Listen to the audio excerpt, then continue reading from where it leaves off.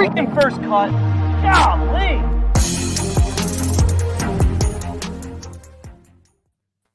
Welcome to the First Cut Podcast. I'm Rick Gaiman, and it is time for some rampant speculation. We are going to 2021 predictions. We've got a bunch of really good topics that we are going to hash out over the course of the next 40 minutes or so. Producer Jacob, it might take a little bit longer than that because joining me today, the whole squad is here. Mark Immelman's here. What's up, Mark? Hey guys, how are we all doing? So far, so good. Happy, what is it? Thursday. Yeah, just as a disclaimer, after this conversation, I'm becoming Kyle Porter for these predictions. Okay, I'm going to go Super Spice. Well, Super Spice, the real Kyle Porter, actually here. So maybe we'll get 2 times the Super Spice KP. You're on mute. Oh boy. No, maybe it's a technical. Greg Ducharme is here. What's up, Greg? I am here. Happy to fill in. I guess I can bring my spice if Kyle can't get the mic working. So I got some spice backed up for us here. Just like the Wiesberger pick yesterday. So Mark, keeping an eye on that little bet. I'm 5 back. I got you right where I want you because there actually is no cut. So I'm feeling like I'm in the driver's seat here. If you want an early out, I'll give you a 50% discount right now and say we reduce the cost of the prize at the end of the five. Well, we don't have much room to go down, Mark. These are low stakes efforts here. All right, let's try this again. Kyle Porter, hello, sir. Are you there? I think I'm here. You are very quiet. We're gonna either have Jacob work on that or we're gonna figure it out. But we're getting closer. I like this. How's that? Is that better? It's getting a little bit better. What's up, KP? What's going on? How's it going? This is only like my 900th podcast. You think I figure it out by now? I can't.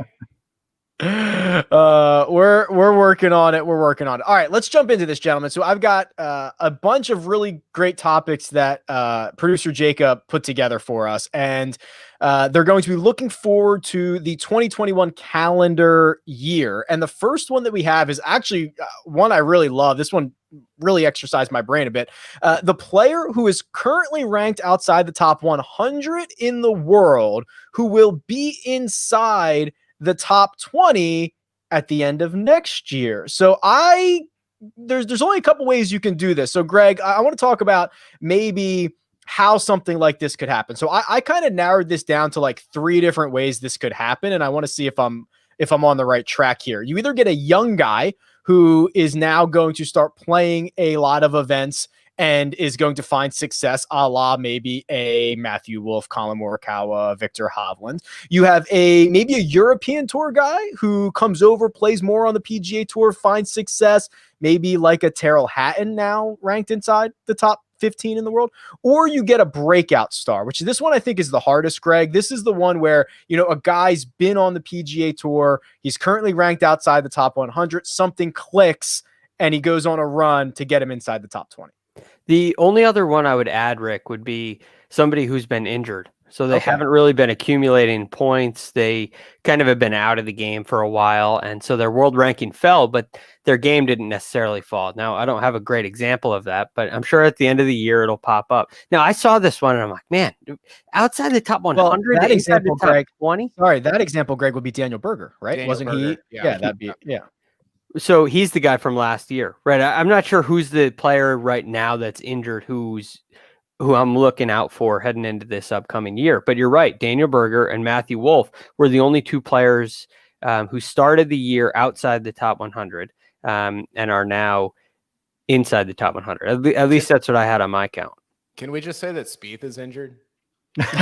Mentally. Is that fair? Does that count? Well, here's your fortune, Kyle. He's still inside the top 100 for true. Now. So he's out of this one. But I had a couple of guys on my list. One of them falls into the young guy category, and I may be a year early on this. But Brandon Wu is a guy I'm really looking out for. On the Korn Ferry Tour, he recently had a big win. That was at the.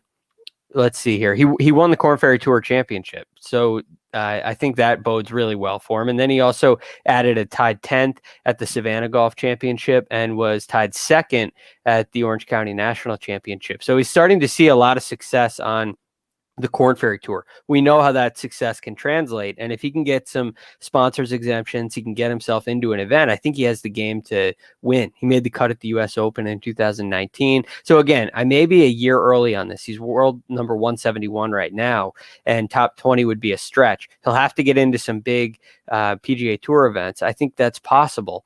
But we'll see where that goes. So Brandon Wu is on my list as a kind of a stretch, the Kyle Porter take, if you will.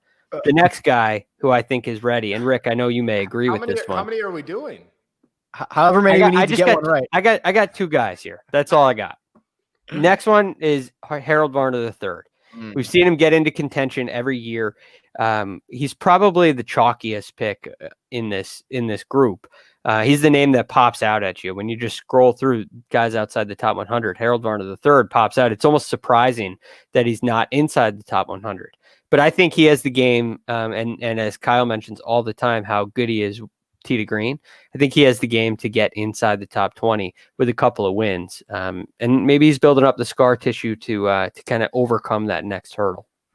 Brandon Wu, first of all, friend of the pod. He joined us during quarantine. You can go back and listen to that episode. Greg, you're right. HV3 he was the guy in my breakout category, currently 126th in the official World Golf Rankings. Maybe we get a victory and then you get a floodgates type of situation where he maybe grabs a couple of, top 5s. He flies up the official World Golf Rankings. So Mark, we're kind of putting these guys into different paths to go from 100 to 20 or outside 100 to 20, because it's no small feat. To do this would be incredible. Well, let me just make sure I understand the rules of the endeavor here. And this is inside the top 20 in the World Golf Rankings, right? That is, yes, not the FedEx Cup points or whatever else. Yes. Okay. Well, I want to say, everything in me wants to say nobody, because have you seen who the top 20 is right now? And a lot of these guys, none of their points are really going to fall off, because all of them have been playing really well. And it's a 2-year sliding scale. But there are a couple guys, if this had to happen, that I think have the chops. And both of them play on the European Tour. So you can get over there, play in some smaller events, get some points up quickly, have a win or two over there, and then get yourself inside of the top 65 before Mexico. So you're going to have to get busy fast over here, and then quickly have a big result like we saw Eric Van Rooyen finish 2nd and just surge up the rankings in Mexico earlier this year in 2020. So I've got my eye on a young South African kid called Garrick Higo. He's a tremendous young player, played golf here in college for a little while in UNLV, and he's won already, so he knows how to win. And then the other one is a young Swedish kid called Marcus Schinholz. And incidentally, his sister is playing in the US Open, Ladies Open this week, and she's also just earned her LPGA card. So there's a lot of golf in the family. Their father's a golf professional. If you watch the two of them swing a golf club, it's majestic, really. And he's contended for titles on the European Tour, in the British Masters. He got beaten at the Post in the one that Tommy Fleetwood was hosting. But Marcus is a heck of a player. He's got the ability to win, as Garrick does. And so if it had to happen, and I'd prepared to bet my mortgage on the fact that it won't, I think those two boys have the chops to be able to pull it off. Mark's been in a betting mood recently. He wants to bet wine. He wants to bet his mortgage. Yeah, the couple weeks without you on a golf course, Mark, and it turns into some craziness. Higo was actually on my list as well. He was my Euro guy. He's currently ranked 103rd in the world. Born in 1999, which always makes me kind of do a double take a little bit. Wait. The first time he met me, because he's Afrikaans and he grew up just down the road from where we live, and Stellenbosch is a very Afrikaans town. And the first time he met me was at the Junior President's Cup when it was at Liberty National. And he gets introduced to me by a mutual friend, and he comes up to me and shakes my hand and he goes, "Oom Mark." Now, Oom in Afrikaans is uncle. So Garrick is calling yours truly. It made me feel extra old. I'm like Uncle Mark now. I love it. I love it. So both Greg and Mark hit two of the guys that I had, KP. My young guy candidate was, of course, Andy Ogletree, which I think is maybe the most logical, but I don't know if there's a young guy who can be able to do it. So we've kind of described the path of any golfer being able to do this. Who do you think is the most likely? How's this, producer Jacob? Is that better? Ooh, it's like a whole new man. Much better. Good. Okay, so I've got since we're doing like 10 of these, which I didn't realize. So by the end of the year, if Sam Horsfield's outside the top 100, he's the guy that he's like 99 right now or 98, something like that. I think he's super interesting just because he had a great amateur career. And I like guys with a great pedigree. Francesco Molinari is the obvious one. He's at 100. He didn't really play in 2020, which was kind of bizarre. I mean, I know Tiger ended his life in 2019, but I would have thought that he would at least get a few starts in 2020. And then the other one, and this is probably my real answer, is Takumi Kanaya, just turned pro.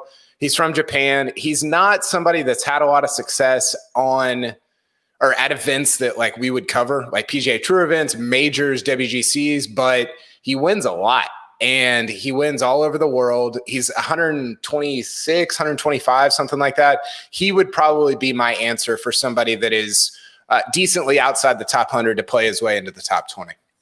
I like that a lot. I'm going to stay right here with you, KP, and flip the script on you. Okay, so now we're going to a top 25 player who will not win in 2021. And I was actually kind of going through this, and you know, you look at some of these names and you're like, well, they're going to win every other week. Then you realize Rory McIlroy didn't win in 2020. Yeah. You know, Xander Schauffele, right? I mean, he gets credit for an official world golf ranking win, but you know, doesn't really win in 20. Like there are top 10 players who can go a year without winning. So now I ask you, the top 25 player who will not win next year. Yeah, this is basically the season-long version of our who won't win this major. Terrifying. Which is scary. And your goal is to get as close to number one as possible. Like, right. Pick DJ and see what happens. I'm going to go with Brooks Koepka. I've been out on him for a year. He wasn't good in 2020. He finished, I think he had 3 top 10s. One of them was at the Masters, kind of quietly. But I'll say that Brooks Koepka does not win a golf tournament in 2021. Wow. Yeah, Greg, it's one thing to take Kevin Kisner, who's currently the 25th ranked player in the world. It's one thing to take maybe a Matthew Fitzpatrick. It's another when you start, looking at the John Rahms, the Justin Thomases of the world. So how spicy would you like to get, Mr. Greg? Well, I think the easiest one out here, if I were taking a layup, right, I have to get, it would be number 21, Louis Oosthuizen. I think he's as easy as it gets. Getting a little more spicy. Now, he's only won once. It was the Open Championship, so he doesn't win on the PGA Tour. Winning on the PGA Tour or winning globally? As someone that's an important distinction. That's a very good question. Okay, just check. Yeah. We didn't define it. So however you want to take this, I'm taking it as PGA Tour personally. The only tour, right? So we'll go PGA Tour. So I don't think Louis is going to win. The highest guy that I think is going to have a surprising doesn't win year is Hatton. I think Hatton's going to go this whole year. He may win in Europe. He may win somewhere else, but I don't think he's going to get a win on the PGA Tour as good as he's playing. I think it's a real challenge. And I think there may be some things that happen and he goes through the year and doesn't end up getting a win. That's about as spicy as I'll get. I think as spicy as I'm willing to get is like Patrick Cantlay. I'm not sure how spicy that is. Like the Xander Cantlay is probably as high as I'm willing to go here. I'm not willing to step into the Webb Simpsons, Bryson DeChambeau's, Rory McIlroy camp. So Webb's the interesting one, but I think Morikawa is kind of interesting because after the PGA, he didn't play that well. I know I picked him for the Dubai, but that was halfway a joke. I think he's a real candidate to not win in 2021. I think he's going to have a great career, but I think he's somebody who, because he's not as long as most of the top guys, I think you could see him go long stretches without winning. Go, I'll bet you on that one too.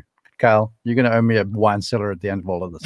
There's only 40 events, Mark. I mean, and he's only going to play in 18 of them, and all the ones that he plays in, Bryson's going to be in, Rahm's going to be in, DJ's going to be in. So I'm not saying that I don't think Colin Morikawa is good. I just think that he's somebody that could go long stretches without winning. That is super spicy, that take, because Colin Morikawa, for my money, is the most accurate iron player in the game. For sure. There's a spicy take. We're acting like guys win 10 times a year. They win like once. So you're saying, well, he notched 2 in 3-4 months this last few months, right? Yeah. Okay. Yeah. Cool. Good take. Like it. All right, Mark. So who is your top 25 player who's not going to find victory in 2021? Well, I was on the Brooks bandwagon there until my spicy partner went with him. But the layup for me would be Finau, because I was singing his praises here in a recent podcast, saying that he keeps on getting himself into position, he'll have a chance. But you've got to be able to make putts coming down the stretch to win. And so Finau, Paul Casey, they sort of caught my eye a little bit. Always in contention, and close it out once or twice. But my super, super spicy Kyle Porter take is Matthew Wolff. I don't think Matthew's getting a victory next year. He is all sorts of flash. He's got all kinds of game. But I just, the way he finished it at the 3M against Morikawa was off the charts. And I'm just, I don't see him being a front runner right now, because at that event I was there. He shot 62, I think it was, on Saturday to get into the thing, and then just rode that momentum to a win. So I'm going Matthew Wolff here. My only concern with Wolff is he kind of ran into the buzzsaw that is Bryson DeChambeau twice this year, and he's going to play 3M. He's going to play Rocket Mortgage. He's going to play some of these, I don't want to call them weaker field events, because what we saw this year is almost every field was pretty impressive. So that would be my only concern, but I like that, Mark. That is pretty spicy. I said the spiciest. Here's one that might get really spicy, and I'm very nervous about this one. And it is, where and I guess what is Tiger's best finish going to be? So his best finish of the calendar year 2020 was at the Farmers. It was Torrey Pines. It was his T9. Obviously, that's the one we remember is his ball goes down on number 2, pops itself back up on Sunday, right? That's what I'm talking about here. And then it was pretty bad after that. And he caps it with a T38 at the Masters. So now, Greg, we have to play this dangerous game of what's Tiger's best finish going to be. This is it's a horribly dangerous game. I can't believe, because my guess is that we're all going to have takes that likely get proven wrong because it's Tiger Woods. But I'm going to say his best finish happens at the Players Championship, assuming he plays. And the reason for that is I feel like most of the courses that Tiger plays in his schedule they're the hardest golf courses on tour. They're the hardest setups. They're the longest setups generally. I mean, you think about the places he's had success. The Arnold Palmer Invitational the past couple of years has turned into an absolute bear. The Memorial is it can be a brutal test of golf. It requires, it's something that Tiger is at a disadvantage at some of these courses because the Brysons, the Rorys, the DJs have such an advantage with the driver. The Players Championship, TPC Sawgrass, is a place that I think requires the mind to be your strongest asset. So I'm going to say Tiger Woods best finish, the Players Championship this year, assuming he plays, and I'm going to say he finishes T4. Oh, okay. Yeah, I think he has a good week. Hey, Greg. Yeah. Do you know when the last time Tiger won a full field event was? A full field event. It must have been. Oh boy. Oh, this is. I think I know the answer. It's a while. So it's got to be 2000 and. Is it 2013? 7 years. Yeah, it is 2013. It's the Players Championship. But there are a lot of non. It was Bridgestone, wasn't it? It's a WGC. It's not a full field event. That's right. But he won 5 times that year. So the one before that was the Players. Yeah. Okay. Yeah, there you go.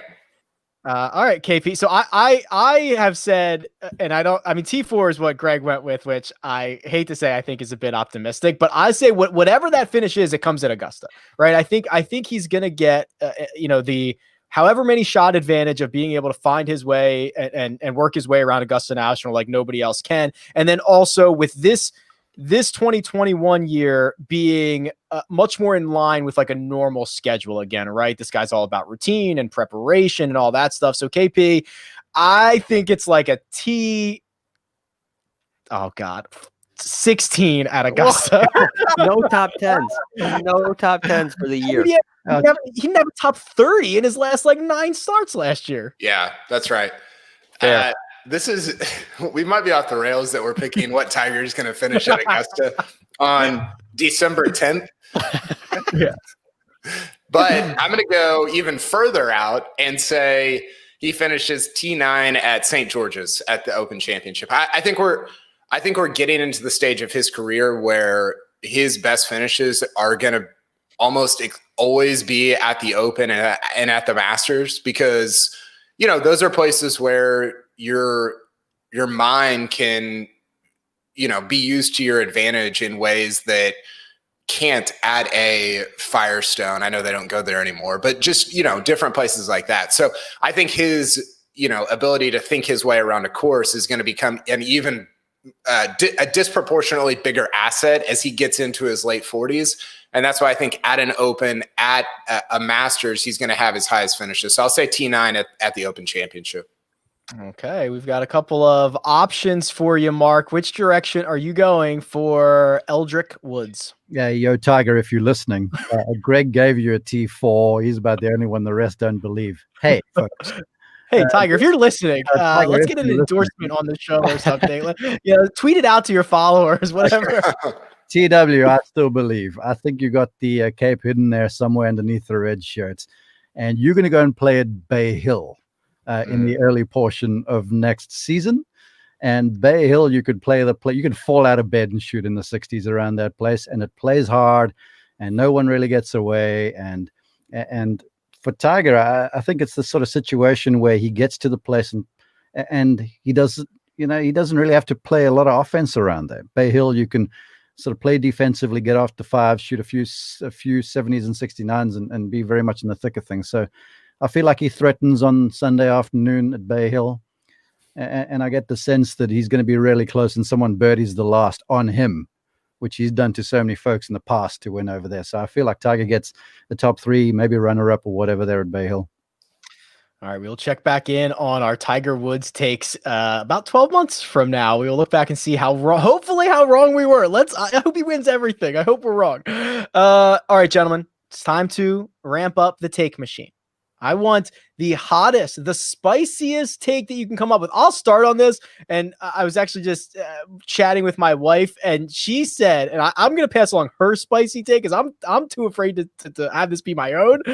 She thinks Bryson's going to get hurt because he swings so hard and he's swinging out of his shoes. That's a good take. I love it. And he's working out all the time, and there could be injuries. I'm like, listen, I don't want to throw out injury stuff, but it's not bad. So I'm passing it along here as my spicy take. Hopefully Bryson stays very healthy, wins a lot of golf tournaments.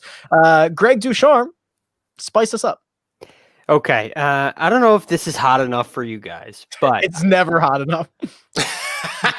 And you're going to laugh when I go this way, but Tony Finau. Oh boy. Okay. He's going to win, but it's not just a win. It's going to be an elevated status event. The Masters. Right? No, not a major. It's going to be that in between. So you're looking at the Players. Riviera. Yep. You're looking at Bay Hill Memorial. So that's 4. And then you got the 4 playoff events as well. So, and the 4 WGCs. So that's 8. And you got basically 11 or 12 events. I think he's going to win one of those elevated status events. So he finally breaks through, finally gets it done. Yeah, I think he does. And I think it's in a big event. And it reminds me of a Ricky Fowler situation. This is what I'm seeing in the crystal ball. It reminds me of Ricky Fowler in 2015, kind of saying, I'm here. I don't know what's going to happen after that, but I'm thinking Finau gets a bigger than normal win. Wow. All right. Mark, look into your crystal ball, channel your inner Kyle Porter, and present us with your spiciest take. Well, that's going to come right after. I have to point out it's becoming baby season on the PGA Tour. Poppy's dad, just had the little one there, and I see Mrs. Rahm is pregnant, and I'm looking down the list there. A bunch of youngsters there, Ricky Fowler and company. So I have a sense that there are going to be additions to families next year in 2021 on the tour. But my super spicy take, next year's a Ryder Cup year, right? I'm just all confused. So we are playing a Ryder Cup. Yeah. And Patrick Reed is basically guaranteed a spot on the team by the rankings, correct? I haven't looked. He is not currently. So the way they changed it. So we're going to talk about this in the next segment. But he's going to be on the team. By all accounts, he's going to be on the team. I feel like Patrick Reed goes to Steve Stricker, Captain Steve Stricker, and says, "Listen, I will bet you that we will get 5 points if you pick Jordan Spieth and you pair the two of us together for 4 of the 5 matches." And Spieth begrudgingly takes the spot, and the two of them go unbeaten in the Ryder Cup. There's your super spicy take. Wow. I'm imagining Patrick Reed extending the olive branch, and I do think that is spicy. Yes. Wow. Alex Hahn says Patrick Reed wins his 2nd major this year. Wow, KP. First off, what do you think about Patrick Reed capturing a major championship to add to his Masters title that he has on his resume? And then also, you are the king of spice. I'd like your spiciest. Alex is stealing my oh boy, my major predictions here.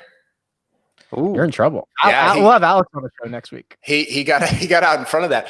I'm trying to figure out which of where'd Rick go? Is he gone? He checked out. You the new host. That's not good. Okay. Nobody needs that. I'm trying to figure out which of Mark's, like, the scenario that he just laid out there. I'm trying to figure out what's more unlikely. Patrick Reed making amends with Jordan Spieth, Steve Stricker listening to something that Patrick Reed said about the team, or Jordan Spieth playing well in a Ryder Cup right now. Well, you wanted spice. I mean, you want hot takes. I was like, I'm going to jump in the Kyle Porter suit. And phenomenal. I love it. Kyle, doing you was quite liberating. I felt like I could just unshackle myself and just say whatever I pleased. Yeah, I mean, it's, you got to root it in reality and in statistics and numbers and everything. But exactly, yeah, okay. I don't know. I kind of wanted to go with a Ryder Cup take. Are we going to talk about that in a second? Yeah, we got Ryder Cup on the other side. Okay, I'm going to go with this. And I don't know if this is a hot take. I don't know. It's probably not. For me, it's not that spicy. Bryson wins the Masters by 5 or more. That would be pretty. I mean, how many? Okay. So just how many times has that ever happened? Somebody winning the Masters by 5 or more. Well, I mean, before DJ, it didn't happen since Tiger was the last to do it. I think Jordan and Patrick play foursomes together in the Ryder Cup before Bryson wins by 5 at Augusta National. Just saying. Okay. I love this. This is so wow. That's a great little 10-year wager between you two. Yeah, they're really good at this. KP specialty. This is KP just doubling down on his quip that Bryson basically broke golf and has turned it in a different direction at Winged Foot a few months ago. He did. Now there's a double down going on over here. Yeah, he did. At least he believes the stuff that he says before, and then he just continues. Yeah, it's good. Bryson wins the Masters by 5, and Rory finishes second. That'd be tough. Wow, that would be tough. All right, gentlemen, we got to talk about Olympics. Yeah, Olympics here coming up. Ryder Cup, and we'll do some very early major championship predictions. But first, we're going to take a quick break and hear a word from our partners. All right, boys. 2021 is an Olympic year. So I've got the rankings up here, and we can go through this pretty quickly because I think there might be a right answer to this about who or which country will find gold in the Olympics. Now, the way that the qualifying works, there is really only one country that has all 4, which is the maximum number of participants. That's the United States. So the current U.S. team would be Justin Thomas, Bryson DeChambeau, Webb Simpson, Colin Morikawa. There is no team that currently has 3 golfers eligible or would be in, and there are a lot of countries that have 2 golfers in. So, Greg, we were kind of talking about this before we went hot. The obvious answer here is that an American finds gold just because you get more cracks at it. But what did we get last time? Rosie Stenson Kuchar. That was our. Yep. That's right. Right. So this year, I think you're going to get an interesting one, a unique one. I think you're going to see a great accomplishment from a great player that hasn't quite crossed over the threshold yet. And it's a home game. Hideki Matsuyama. I think Hideki Matsuyama wins the gold medal in Tokyo 2021 Olympics. Man, that's a good one. That would be really cool, right? Wouldn't that be awesome? That would break. I mean, look, if Dustin Johnson was playing, but he's not. So, yeah, I think Hideki's going to do it at home. And it'll be a great story. The Japanese will be so happy. And it will be one of the, like in the worldwide scheme of things, it will be so highly covered. And I think Hideki's going to do it. Mark, this is so much fun when you start like looking through, because a lot of them are like pairings, right? A lot of them are 2-man teams, essentially the way they're ranked right now. And you see like Rory McIlroy and Shane Lowry, like that would be that's a lot of fun. So you get some really interesting names here. But who do you think could find gold come 2021? Well, yeah, you are. Ireland, I think, has won 21 medals in the Summer Olympics. I looked through this a little while ago. I don't have the number in front of me. But I feel like Master McIlroy hops on top of the podium and wins the gold for Ireland. And then I think Norway finally gets a summer medal. They do very well in the Winter Olympics with Victor Hovland in second. And then you have an American in third place. I would love a South African to skip onto the podium there somehow. And we've got some young guns that could. But I feel like Rory wins the gold, Hovland second, and an American, whoever it is, JT in third. There are a gold medal in the Summer Olympics for Norway would be pretty cool. There are currently, KP, 2 members from Norway on the squad. It is Victor Hovland and, would you like to take a guess? Christopher Ventura. There you go. That's why I teed that one up right there for you. I knew you'd get it right. Yeah, they're actually going to wear orange and black for their colors in Japan. I'm going, okay, small field. Very small. No cut. Played in Asia. Kind of sounds like a JT win to me. Wow. Well, hold on, because you count 5 in 10 years. You're just going this one on every tournament there is, right? I won't even count this one. You can have this one. You can keep it. Okay, good. I'll take that. The current South Africans in the mix, Mark? Do you know who they are? Yeah, would be Christian and surprise. EVR? No. No. Well, it's not Schwartzel. It's not Grace. Justin Harden? Louis and Christian Becerra. Oh, Louis. Right. There you go. King Louis was the other one. Yeah. The South African team is going to be kind of tough to make. I mean, you could be 30 in the world and not make it. Here's the thing, though. The South African team, and I'm South African by birth. They have the worst uniforms you could ever imagine. If they're standing atop that podium, I hope someone gets up there and goes, we're going to decorate you guys for this picture, please, because this is going to go down in history. Do you think that like they do at the Masters, they'll have Justin Rose like give the gold medal over to whoever wins? Justin Rose has gotten put it on them. He has gotten a lot of runway out of that, being called like the gold medalist for like the last now 5. He's gonna get it for 5 years. It's time. Well, down in New Orleans they had that Zurich, and then they have the walk-on music on a Saturday. Mm-hmm. You remember he and Stenson were playing alongside each other in the teams thing, and so Justin picks the song, and he picks a song by Spandau Ballet called "Gold," and they come strolling onto tee, and Stenson listens to this and he goes, "You kidding me?" I mean, because obviously he finished second. Anyway, that's awesome. Yeah. To wrap up that point about South African, so the third member would be EVR. He's 53rd. Dylan Fratelli 68th. So KP's right. They're gonna have like 4 pretty low ranked guys and might only get 2 through. Ryder Cup. Here we go. Here we go. So now the takes can start. So we're talking winning side, we're talking point scores, we're talking anything you want here about the Ryder Cup. Whistling Straits now to 2021 Ryder Cup. Steve Stricker, Padraig Harrington are your captains, and they've kind of now adjusted how many automatic players are in here, Greg, and how many captains picks you get. So here's what, like, as of right now, the automatics would be, okay? This does not mean there are not other guys who are going to certainly get in, but the current U.S. team would be Dustin Johnson, Bryson DeChambeau, Justin Thomas, Brooks Koepka, Colin Morikawa, Xander Schauffele, which is insane. First of all, that's such a great group of golfers. The European squad does it a little bit differently. So they have 4 that would be like automatic right now. and it's Tommy Fleetwood, Jon Rahm, Rory McIlroy, and Victor Perez. He's leading in Dubai right now? Didn't they freeze the rankings for Europe? Yeah, they did. Because Hovland's like 50th or 4th. I mean, he's not even close, even though he just won. Did they restart him again? Well, you had some Euros that were playing over here, and then the other guys couldn't get over, so they froze the rankings. Yeah, I'm not sure that they've restarted just yet. I think they restart in January. Yeah. Greg. Oh, gotcha.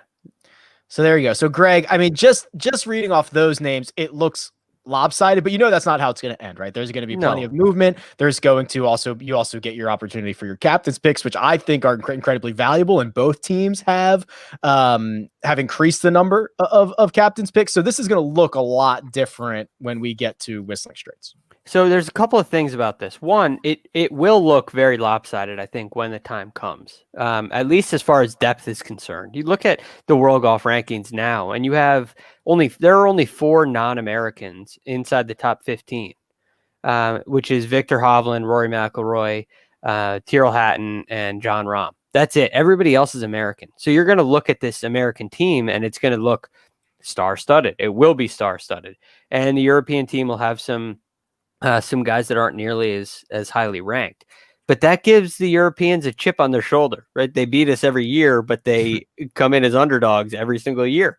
And so it gives them a little bit of an edge. But I'll say this, I do think that the golf course, Whistling Straits, depending on the weather, can be a big asset to the Americans because it's not overly narrow. It's not going to be a situation like France where the European captain can grow the rough up and it can play really narrow, and hitting the fairways, everything. I think you're going to see this thing played with width, and distance will become the advantage. And I think that gives through and through, top to bottom, an advantage to the Americans. So I do think the Americans are going to find a way to win this. The other factor is going to be spectators, which I think is still, even though we're planning on having spectators, will it be in the same capacity? Are people going to feel as comfortable as they once did? I mean, I don't know about you guys, but if you watch like a news broadcast from 5 years ago, they're sitting so close together, it almost makes you uncomfortable, right? Things look different now. And so I wonder if the people are going to be comfortable getting into a 70,000 person gallery around the first tee, and if the energy is going to be a little different. And to me, the lower the energy, the bigger the advantage for the Americans, believe it or not. It just kind of normalizes things. You can go ahead, Mark. Well, I just wanted to say to that, if you've ever been to Whistling Straits, to get onto the premises, you get in buses because they park you down way away from the premises, close to Black Wolf Run and places over there. So if they've got fans coming in, they get shuttled in by shuttle bus, and then you've got a pretty good sized walk to get to the golf course. So I'm keen to see if all of the COVID protocols are still in place. How are they going to move folks around there? So I might be jumping the gun here. You might have been about ready to address this, Rick, but I'm really fascinated by, and Greg touched on this a little bit, the makeup of each team, because I think we've now officially entered the post-Tiger, post-Phil era of the U.S. Ryder Cup team, which I think is good. Those guys haven't been very good. Like, they just haven't. Like, I don't know. There's not really a way around that. You can explain it away. Europe was, the fairways were net, whatever you want to say. They just haven't been very good, and especially in the last 10 years or so. And I think that for Europe, I don't know that they've entered that post-Westy, Rose, Stinson phase. And I've said this before. I think they're going to get caught in one of these Ryder Cups with like 5 guys that are 43, and it's just not going to go very well. And maybe not. Maybe they'll maybe they'll transition that gracefully. But this might be the one. I'm still going to pick Europe probably, but this might be the one where the U.S. has, all these young guys, and they're just super hungry, and they just destroy the kind of the old line, like the old guard for Europe. Yeah. Sorry, I just want to say that's a mistake, because if you're playing 5 matches, that is grueling. And it's not just what it does to the body, it's what it does to the psyche too, with the pressure of the thing, all the expectation, basically playing with your country's flag on your chest. So that is a very savvy take, in my opinion. And like Ian Poulter and Sergio Garcia. I mean, that group is the group that has just beaten us to what. So I also wonder like who's now the de facto, I don't want to call him captain of the US team, but Tiger Woods was the guy for so long. Like, who's going to step up and be like that guy that you rally around who's playing in matches? Kyle, I think I know who you're going to say. It's definitely JT. It's definitely JT. Yeah. 100. I mean, but the problem was, Phil said this in Hazeltine, that it's Spieth now. Well, it's not Spieth now. It's 2020 and it's no longer Spieth. Yeah, so we get a pick. So it's got to be. What did he say? He's going to get picked. So he's not valuable in the locker room. I think it's JT. And think about this. We've been talking about, will Hovland be there? Will Wolf be there? Will Morikawa be there? They're all going to be there. Like, they're all going to be on at the Ryder Cup, which I think is really exciting. I can't wait. I play the Ryder Cup every year. Yeah, Wolf's number 10 in the rankings right now. Like, he's probably going to be on that team. Mark, real quick on we'll wrap on this on Ryder Cup. There's just something so dangerous about an underdog in sports. The European team seems to find a way to be an underdog, to be a scrappy underdog, to get it done. Like, it's just so scary every single time, I feel like. Yeah, it is. And ordinarily, it's always tough to pick because, to Greg's point, you look at the rankings of folks coming in and you see the same thing in the President's Cup, where the average ranking for the international is like 50 and the average ranking for the US teams is like 12. I feel like the US team will be even stronger this year. And if we were going to pick right now, I'm going with the United States winning, and I'm going with Justin Thomas. And this is not super spicy at all, being the leading points getter. He'll play all 5 matches, and the boy has been a banshee in match play of late. And he's got the energy about him. He's got that I want the ball sort of mentality. And I think he is going to be the rallying cry. He's going to be the Spieth, Reed, whatever it is. And so I feel like it's just a little too much United States over here. But you never really know. I'll probably have to eat my words because over 18 holes, anyone can play.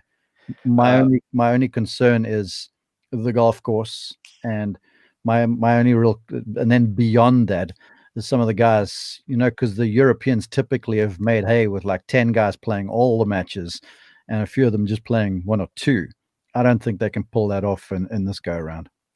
Producer Jacob has the current odds on screen for us right now. So the United States team is a favorite, as you can imagine, on home soil, -138. The European team +138 if you like the value. And if you are a glutton for punishment and want to find a tie in there, you can get 12-1 on your dollars. This would not be a full 2021 prediction show if we did not speculate about major champions at least 5 months out from our first major. I mean, this is pretty crazy to try to do. So we'll keep this pretty rapid fire here, gentlemen, and we're just going to go in order. Greg, I'll start with you. Come April in Augusta, Georgia, who will be slipping on the green jacket? Based on Kyle's hot take of the day, I don't think I'll be the only one to say this, but I think Bryson's going to get it done this year. Kyle, would you like to second that? I concur. Great. With a 5-shot lead. 5-shot win? Yeah, over Rory. I'm going with JT. The guy's got to win it. I just want him to win everything. I don't have 25 wins on it, but I just love this guy so much. Mark, this pick will. Okay, well, you know what? You know how much content we would get if this happened? Well, you guys are clearly asleep at the wheel. Now, my romantic pick would be Rory, pulling off the career Grand Slam. I want that with all of my soul to happen. And I know we're supposed to be unbiased in this industry. But have you been watching Dustin Johnson play lately? Any of you guys? Yeah. I feel like Dustin slips his own green jacket back on his shoulders on Sunday afternoon. How would that accomplishment, where going back to back, 6 months apart or whatever would be, it'd be all timer. Of course it would be. Oh, yeah. But that's the thing. This is what to me makes this pick easy, because look, golf comes and golf goes, right? And it can go overnight and come overnight. But when you got a year in between 2 Masters, there's a lot that goes on. Yeah. For Dustin Johnson, think how many tournaments is he actually going to play before this very next Masters? He's not playing the rest of this year. Then he'll go on the West. He'll go to Hawaii. He'll play Kapalua. Then he'll probably play Torrey. He won't go to Phoenix. He plays Pebble, so that's 3 now. And then we'll see him once or twice, Genesis. And then once or twice in Florida. Players, maybe Mexico. Bay Hill. Mexico, he'll be there. A lot of tournaments. There's a lot of events. So he's going to have like 9 events or so running in there. So the guy's going to be pretty fresh, and he's on top of the world right now. Did you watch him on game day the other day? He also went 7-2 on his picks on game day. He never loses. The guy never loses. I think that's a good take. I like the DJ pick. PGA Championship, Kiowa Island. Greg, we'll just follow up the DJ talk for you. Yeah, you heard it all from Mark, so I don't have to. I think it's just going to be one more tournament. I don't think he gets it done at the Masters, but I do think that Kiowa Island's perfect for him. I think DJ gets it done there, and then he'd be one. He's only at that point one major away from a career Grand Slam, and then every major would be for a slam. And I think it happens this year. Oh, that would be great. Because Rory at the Masters, Spieth at the PGA, Phil might not play in the U.S. Open much longer, and then DJ at the Open. Wow, that'd be great. Okay, I tried to find Xander a major here, so this is the one I found him. He puts all 4 rounds together, wins at Kiowa Island. KP, I like yours. Yeah, I'm going to go with somebody who finished in the top 5 twice in the 3 majors that were played in 2020, Matthew Wolff. Matthew Wolff should have won the PGA this year. I mean, go back, count up the 5-foot putts that he missed on the back 9 on Sunday. It was a joke. Yeah. I mean, he was just unreal over those last 12 to 15 holes. Didn't make the putts, but I don't know. Who knows? But this one was intriguing for me with him. Mark Immelman, you're looking for someone who has a history at Kiowa Island. I am, and I just love the fact that my alter ego for this podcast is referencing putting to win major championships over the final 9 holes. I thought it was all about driving, and Kiowa to me is a driver's golf course. It's narrow, it's penal on either side, there's crosswinds over there, and it loves a draw shot. And the best drawer of a golf ball off the tee is Poppy's dad. And last time we were there, he won by 8. I mean, it was canter. He was basically just he could have walked backwards over the finish line.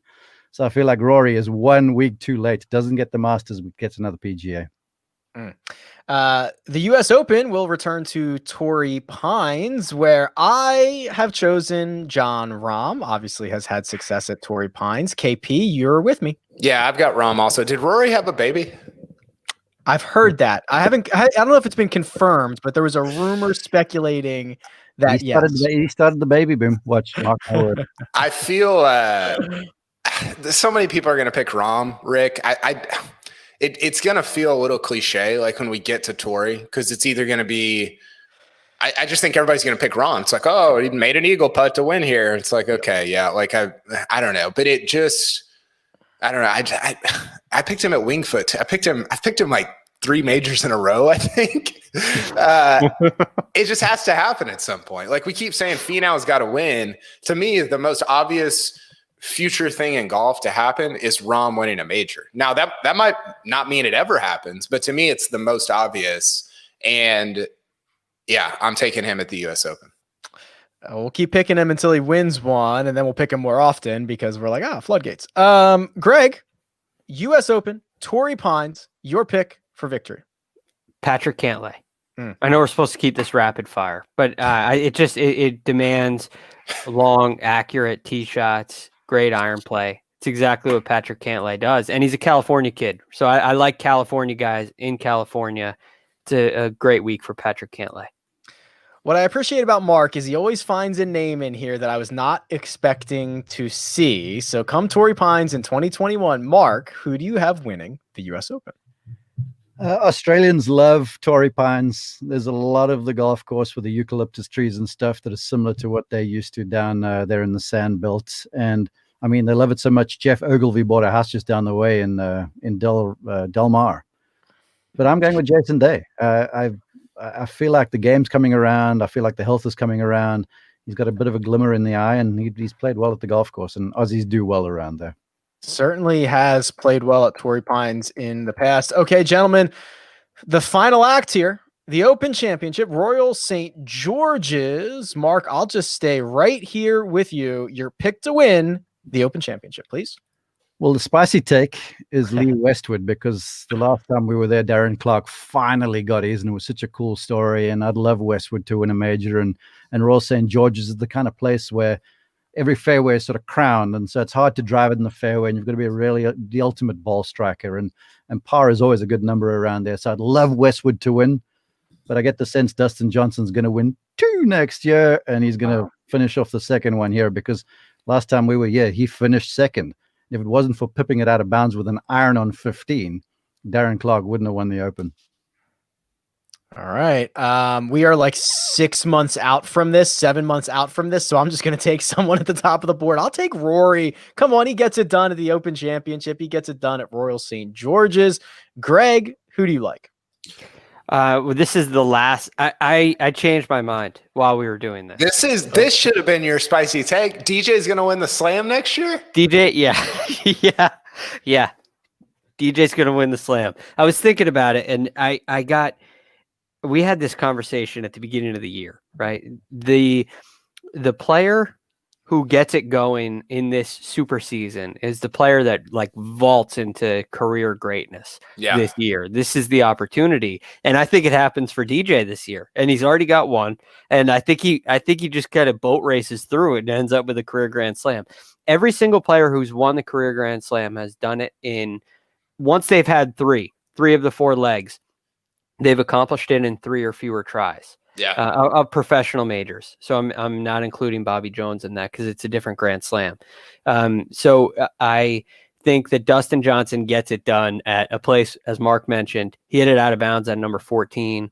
And I don't think that happens again. So I love the point. DJ career Grand Slam happens this year. Wow. So just to recap, Greg convinced himself mid-show that DJ's not only going to win the PGA, but also the Open Championship and complete the career Grand Slam. I love it. Yeah. That's spicy. It's time. It's time. Kyle Porter, wrap us up with your pick to win. I just looked at it. The Open Championship.